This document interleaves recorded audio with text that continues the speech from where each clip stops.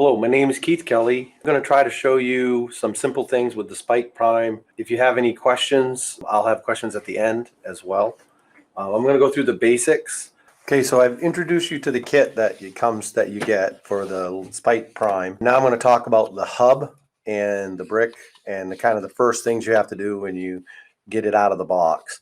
I recommend you do this before. If you have the kids, it's going to take time, and having 20 kids or however many kids do this, especially all in the same room, I would recommend you just take some time to plug it in and do the update, have it all updated and named before the kids get it. That way you're controlling what it's named for the first time.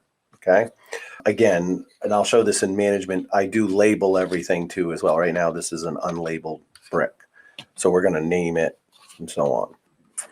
When you first you go to spike.lego education, it's going to load up. You can run these from an app. What I found is at the beginning of the year, I ran it in the app and everything was great. And halfway through the year, they updated the hub. And I found that it works a lot better by running it with the web app, the spike.legoeducation.com. You can do the legacy app if you need to do an older version. So if you do spike legacy.lego, it brings you to the old version of the app. When you first open it, you can use the Spike app 3 and it will open this up right here. This is the essential section and this is the prime section. So this is where you can go to. If you have the essentials, you can go there and you'll get the lessons and stuff around the essential kit. Prime kit is on the right. I would recommend, I like using this to the web because it gives me all the building directions, everything all in the same spot. So I'm going to pick the Spike Prime. So it's saying, okay, we got everything. Now it's asking me to update the hub. So what I'm going to do is take a USB, the cable that came with it, and plug it directly into my laptop to its USB. So I'm plugging it into the USB on this laptop.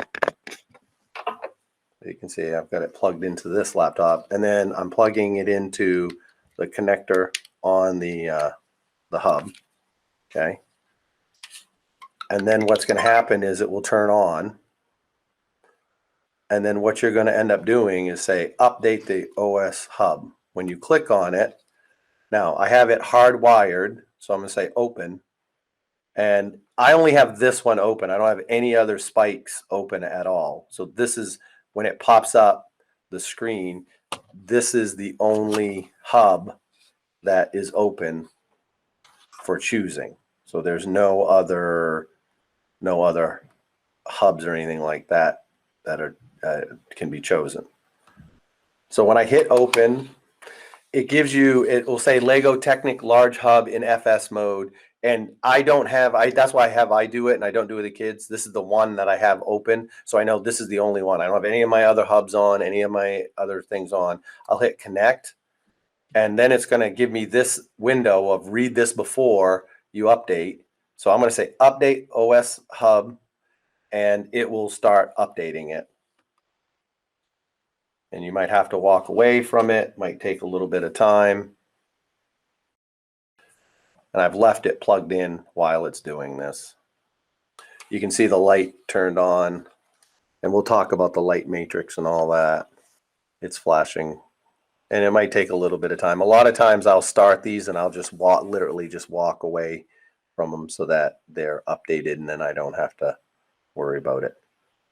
And then I'll walk away and I'll come back. Now that we've updated, it will give you, yay, your updated window. And now you're in the basic thing. Now you need to do that. You want to do that update for your robot. If I say new project, and I'm just going to say word blocks and say create. And that way you can see I'm going to unplug the brick. And now I have the brick unplugged. I don't need the plug-in wire at all. So now I just have the brick. And you can see the software.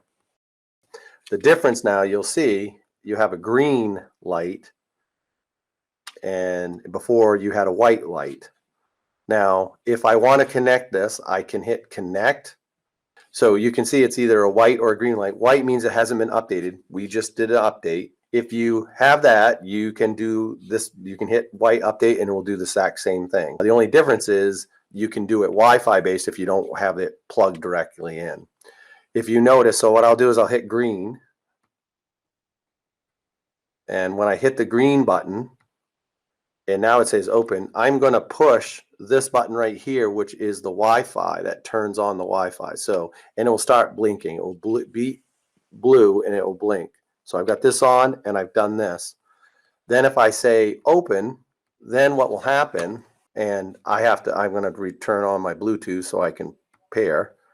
So turning on my Bluetooth, and then it will search and it will find Spike Prime. Now there's no others on. When you have others on after you've labeled them, if I take some of my others that I have on, it will say, oh, number 27 is on, however you've labeled them, and you'll see a whole bunch of lists. So that's what I recommend. I do this without anything on.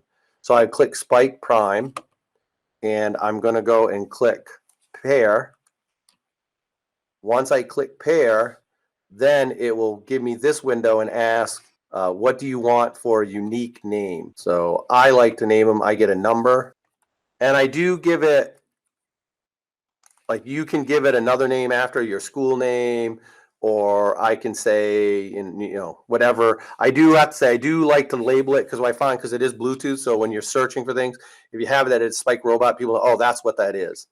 So I've given it a name. I'm going to hit done. And now this robot, if I click on there, it's telling you the name of it. It's also telling you, this hub has been 40%, so it needs to be charged. And I can disconnect, and now I can leave it, and now I'm off. And I can turn it off or whatever. But that now means that's how you can connect your hub, and okay, that's a good working hub. And I'll go label them so that I know that goes with that. Put it in the tub, and we have this one goes with this one. Again, all labeled. And I'll show you that about labeling in my management section. So now that you've gone and opened the program and programmed it, we'll talk more about the software itself. You can pick between the icon blocks and the word block. If you do the icon, it's more for the younger kids or more a visual learner. There's also, if you do the legacy, you can do the Python, which is for higher level kids.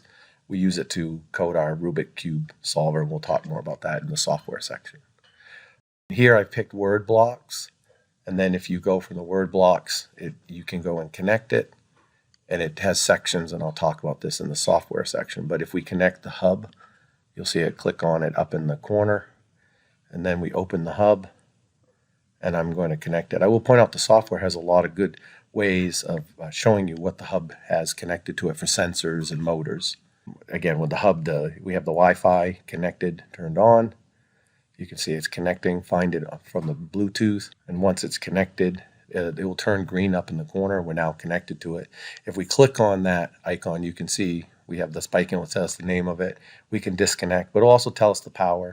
And if we connect these sensors and these motors into the unit, it will literally tell us what port it's plugged into, what thing is plugged into, whether it's a sensor or the motor. And you can see across the top. In the bottom right, you can see the play. It will play your software, and it will stop it. We'll go more over this in the next session when I talk all about how to do the software. Also, it's showing you what number of programs you have, and I'll speak more of this later. Thank you. Any questions?